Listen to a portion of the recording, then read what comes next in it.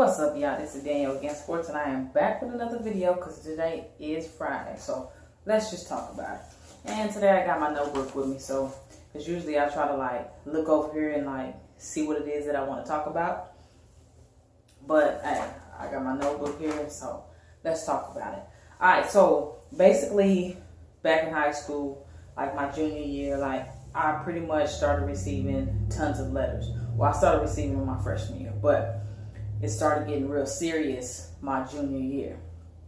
And what I mean by that, as far as my GPA and my grades, pretty much overall, the average, not just specifically in one class, because at the end of the day, all that adds up. So if you're passing 3 classes, barely passing 2, failing 1, then 9 times out of 10 you will not be able to get into the university that you want to get into if you don't meet the requirements. And I mean more so like D1. I'm not sure how it goes with D2 or NAIA or anything like that as far as getting accepted into that university. I'm not sure how that goes, but I know for D1, Texas A&M, your grade point average needs to be higher than normal. And so I started figuring that out once they started asking me what my GPA was, because before that it was just like, okay, I'm passing all my classes, I'm ready for the next level. No. It's totally the opposite. You need to be passing majority of your classes. There's no way you can get into a D1 with passing 2 classes and that's it. You get what I'm saying? So all in all, you need to have a high GPA. But I don't recommend anybody waiting to their junior year to really pick it up. As soon as you step foot in the doors your freshman year, you should always think about academics, okay? That's the first thing. But for me, like I said, it really wasn't on my mind. So my junior year, I started adding everything up. Shout out to Miss Carter. She's the one who helped me get into college, fill out all my paperwork, take all my tests. So big shout out to her. But like I said, they started asking me information like, hey, are you going to be able to get into the school with your GPA, this and that. And I'm like, whoa, I'm not sure. So what I want to get into is how I was able to raise my GPA.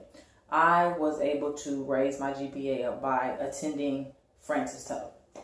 I'm not sure if they have this little institution or a little school around everywhere, but I know in Oklahoma City they have Fransis Tuttle. And Fransis Tuttle basically helped me out a lot. It allowed me to basically catch up on work a lot faster than if I was in a regular school. PC West, shout out to PC West. But I basically attended PC West, but I was allowed to go to Fransis Tuttle throughout the day.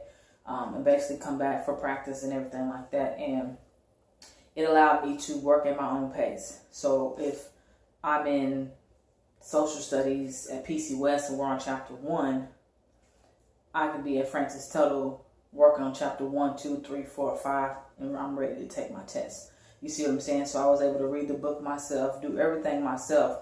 We did have a teacher, but it was still go at your own pace type of deal. Instead of, like I said, if I was at PC West, we're still on chapter 1. By the end of the week, I could be on chapter 5. You see what I'm saying? So it allowed me to go at my own pace and allowed me to take the test when I was ready to take the test. So again, if I was at PC West, we're taking the test on Monday. Well, I've already taken my test 2 weeks ago. You see what I'm saying? So it allowed me to move at my own pace, which I was moving at a faster pace. And with that, it allowed me to move up the ladder with my GPA. And that was for math, science, social studies, whatever the case may be. Wherever I was struggling, I was allowed to take more classes and go at my own pace pretty much.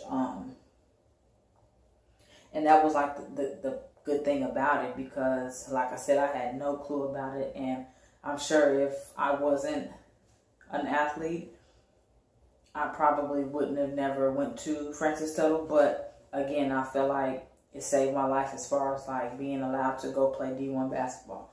Like I had to have a high GPA, and I didn't have it. And I really didn't start working at it until like my junior year. Again, do not do that.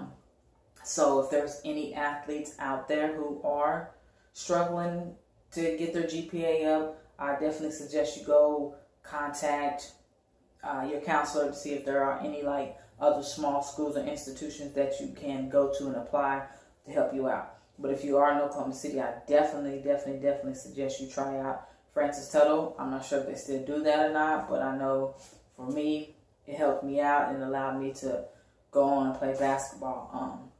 So that's basically what I wanted to come and talk to you guys about, is how I was able to get my GPA up faster.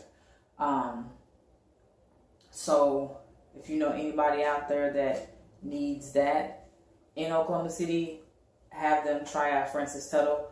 I think there's like 3 or 4 different locations as well. Have them try it out there. Like I was able to graduate from there and graduate from PCUS. So it was a blessing for me. I was able to really thug it out and get to where I needed to get to. Again, make sure you're studying. Make sure you're in your books. Don't wait till your junior, senior year to do it. Really strive to be the best at everything. That's academics, in the class, outside of the class, on the court, off the court. Just be the best person you can be. But for the most part, check out Fransis Tuttle for everybody that's looking for it. There are different opportunities and different ways you can build your GPA up, but don't put yourself in that situation like I did. But that's pretty much it, man. Make sure you guys check me out on Instagram, Facebook, whatever the case may be. Just go to Yahoo and type in Danielle Gant or type in GantSports. Everything will pop out. Alright? Got this from my coach. This one too. Rest in peace, Ron. Alright, man. Y'all make sure y'all go follow me, subscribe to me, and you know what? Because I'm out.